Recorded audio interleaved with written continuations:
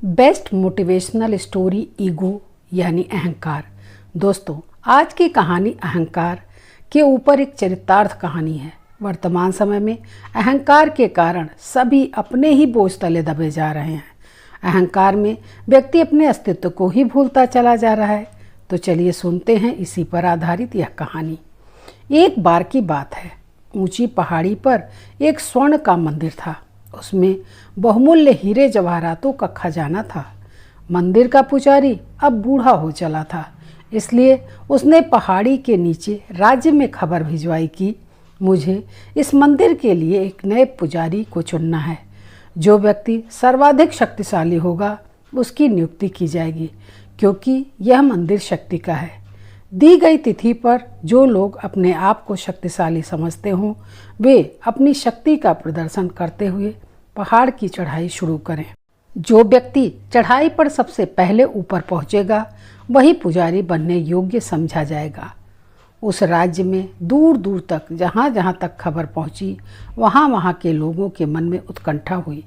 इतना बड़ा मंदिर, वो भी स्वर्ण का मंदिर, अरबों खरबों की संपत्ति का मंदिर, और केवल उसका पुजारी ही सब कुछ होता हो तो वहाँ कौन नहीं जाना चाहेगा। जितने भी शक्तिशाली युवा थे, जिनके मन में भी आकांक्षा थी, वे सारे एकत्र हो गए। करीब 200 जवान जो अपनी अपनी क्षमता के अनुसार शक्तिशाली थे, दी गई तिथि पर उस पहाड़ पर चढ़ने के लिए उपस्थित हो गए। वहाँ उपस्थित हर जवान ने एक बड़ा पत्थर अपने अपने कंधे पर ले लिया, जो उनके पौरुष यानी शक्ति का प्रतीक था कि कौन कितने बड़े पत्थर उठा सकता है। जो जितना अपने को बलशाली समझ रहा था, उसने उतना ही बड़ा पत्थर अपने कंधे पर ले लिया और चढ़ने लगे पहाड़ की चढ़ाई, जो कि काफ़ी बड़ी थी। पत्थर भी भारी भारी थे, जिसके कारण उनका दम घुटा जा रहा था। लेकिन अहंकार में सब तकलीफ सहने के लिए तैयार थे। अहंकार में कुछ तो पत्थरों के नीचे जैसे दबे जा रहे हों, वो भी भूखे प्यासे चढ़ाई किए जा रहे थे। यहाँ तक कि पत्थरों को नीचे रखने की भी उन्हें फुर्सत न थी। खाने पीने की तो बात ही छोड़िए, क्योंकि कौन पहले पहुँच जाए। कुछ तो उन पत्थरों के नीचे दब गए और मरने जैसे हो गए, लेकिन पत्थर को छोड़ नहीं रहे थे। मरते दम तक वे पत्थर अपने सिर पर ही रखे हुए थे, क्योंकि यह पत्थर उनके पौरुष का प्रतीक था। कुछ तो गड्ढों में गिर गए, कुछ बीमार पड़ गए, किसी के हाथ पैर पत्थर गिरने से टूट गए, लेकिन कोई नहीं रुका था।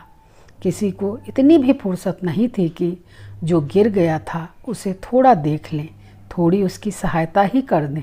जो गिर गया वह तो गया, हम तो आगे बढ़ें। और सब इस प्रकार बिना सोचे समझे पहाड़ पर चढ़े जा रहे थे। लेकिन आखिरी दिन, जो कि 7वां दिन था, करीब आ गया। सांझ होने लगी। वे लोग करीब करीब पहुंचने को थे, तभी उन्होंने देखा कि जो सबसे पीछे रह गया वह आदमी एकदम से आगे निकला जा रहा है, जो कि दुबला पतला और कमज़ोर सा आदमी था। सब बड़े हैरान हो गए, लेकिन फिर भी सब हंसने लगे। उन्होंने सोचा कि इस पागल के पहुंचने का प्रयोजन भी क्या। उसने पत्थर फेंक दिया था, बिना पत्थर के भागा जा रहा था। अब बिना पत्थर के तो किसी की भी गति बढ़ जाएगी। उन्होंने उससे कहा भी कि तुम बेवकूफ़ हो क्या, तुम कहाँ भागे जाते हो? आखिर तुम्हारे पहुँचने का कोई फ़ायदा भी क्या है? तुम पहुँच भी गए तो तुम्हें कौन मानेगा? पौरुष का प्रतीक तो तुम्हारा है ही नहीं। लेकिन उसने किसी की भी नहीं सुनी, वह भागे चला गया। वे सब हंसते रहे कि पागल है, नासमझ है, बेवकूफ़ है, इसके पहुँचने से कोई फल नहीं मिलने वाला है। लेकिन जब सांझ को वे सब वहाँ पहुँचे और सारे पर्वतारोहियों की एक सभा हुई, तो उस पुजारी ने घोषणा की कि वह युवक ही सबसे पहले आया है और मैंने उसको पुजारी बना दिया है। तो सब चिल्लाए कि ये कैसा अन्याय है। उस पुजारी ने कहा, कोई अन्याय नहीं है। परमात्मा के पुजारी होने का हक केवल उसी को है जिसने अपने अहंकार के भार को छोड़ दिया है। इस युवक ने अद्भुत साहस का परिचय किया।